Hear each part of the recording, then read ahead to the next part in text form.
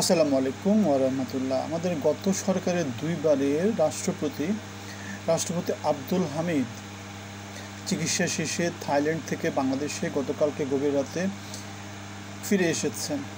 আমরা দেখেছিলাম তার বাংলাদেশ ছেড়ে চলে যাওয়ার এই ঘটনাতে দুজন পুলিশ অফিসারকে উইথড্র করা হয়েছে, দুজনকে সাসপেন্ড করা হয়েছে এবং সেই ইস্যুতে বাংলাদেশের রাজনৈতিক অঙ্গনে ন্যাশনাল সিটিজেন পার্টি এবং শিবির বৈষম্য বিরোধী আন্দোলনের ব্যানারে নানা ছাত্র শক্তি একত্রিত হয়ে আন্দোলন করেছিল এবং আন্দোলন করে আমরা যেটা দেখেছিলাম সেটা হচ্ছে সরকারের কাছ থেকে জরুরি ভিত্তিতে একটা মিটিং করে আওয়ামী লীগকে বিচার শেষ না হওয়া পর্যন্ত তাদের কার্যক্রম নিষিদ্ধ ঘোষণা করেছিল।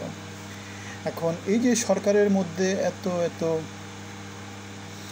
অস্থিরতা, আব্দুল হামিদ পালিয়ে গিয়েছে, দেশ ছেড়ে চলে গিয়েছে, সরকারের গোয়েন্দা সংস্থাগুলো কী রকম গোয়েন্দা তথ্য তাদের মধ্যে আছে, তারা যে এই যে নানা রকম কার্যক্রম হাতে নিয়েছে, তার মধ্যে আব্দুল হামিদ দেশে চলে আসলো। এটা আমাদেরকে কি বার্তা দেয়? এটা আমাদেরকে যেটা বার্তা দেয় সেটা হচ্ছে আব্দুল হামিদ বাংলাদেশের অনেক বর্ষিয়ান একজন নেতা। তিনি তার জীবনে পাকিস্তান আমল দেখেছেন, তার জীবনে তিনি ব্রিটিশ আমল দেখেছেন কিনা সেটা অবশ্য আমি বলতে পারি না। ব্রিটিশ আমলে হয়তো তিনি জন্মগ্রহণ করেছেন, রাজনীতি হয়তো করেননি। তিনি তারপরে শেখ মুজিবের আমল, জিয়াউর রহমানের আমল, এরশাদের আমল, খালেদা জিয়া, হাসিনা, নানা কিছু দেখে তিনি বড় হয়েছেন। রাজনীতির এই যে জোয়ার ভাটা তিনি জানেন, রাজনীতিতে সামনে কি হতে পারে, কি না হতে পারে, কি সম্ভব, কি না সম্ভব, কি হচ্ছে গিয়ে জাস্ট ভাওতাবাজি, কোনটা সত্যিকারের গঠনমূলক কাজ সেটা তিনি জানেন, জনগণের শক্তি তিনি জানেন। এই যে আব্দুল হামিদ যে বাংলাদেশে ব্যাক করেছে সেটা আমাদের কাছে যেটা মনে হয় সরকারের প্রতি সেটা একটা বড় একটা চ্যালেঞ্জ হিসেবে ছুড়ে দিয়েছে আওয়ামী লীগ। আমরা দেখেছি আওয়ামী লীগের সভানেত্রী শেখ হাসিনা নানা রকমের সাংগঠনিক কার্যক্রম হাতে নিতে দেখেছি। তিনি দলের নেতাকর্মীদেরকে উজ্জীবিত করছেন সেটা আমরা দেখেছি।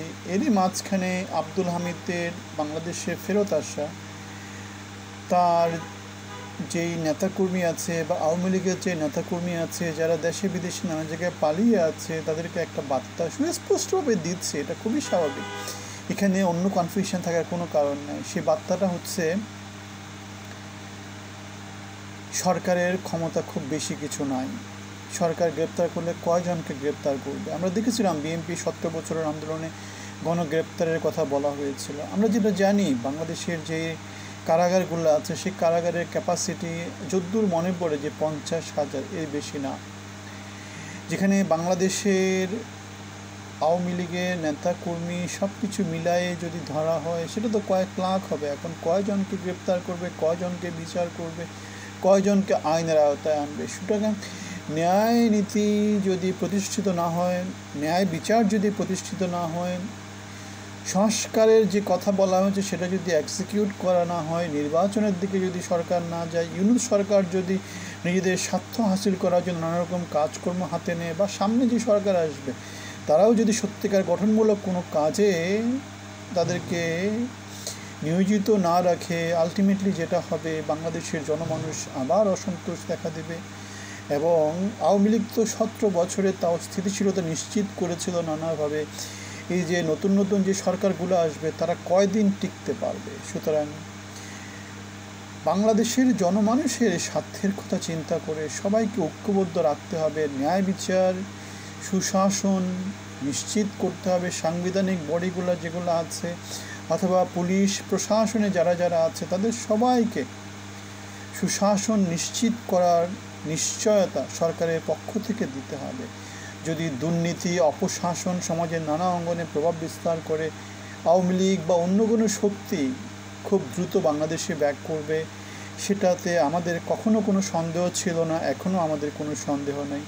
সেজন্য আমরা ন্যায় বিচারের কথা বলি। সেজন্য আমরা যেটা বলি, নিষিদ্ধ খেলা না করে, যার জন্য খুনের মামলা তাকে দুর্নীতির মামলা দিয়ে, যার জন্য দুর্নীতির মামলা তাকে খুনের মামলা দিয়ে মামলার সংখ্যা বাড়ায়, আসামির সংখ্যা বাড়ায়, দেশে অপশাসন কায়েম করার আমরা ঘোরতর বিরোধী ছিলাম, আছি এবং থাকব।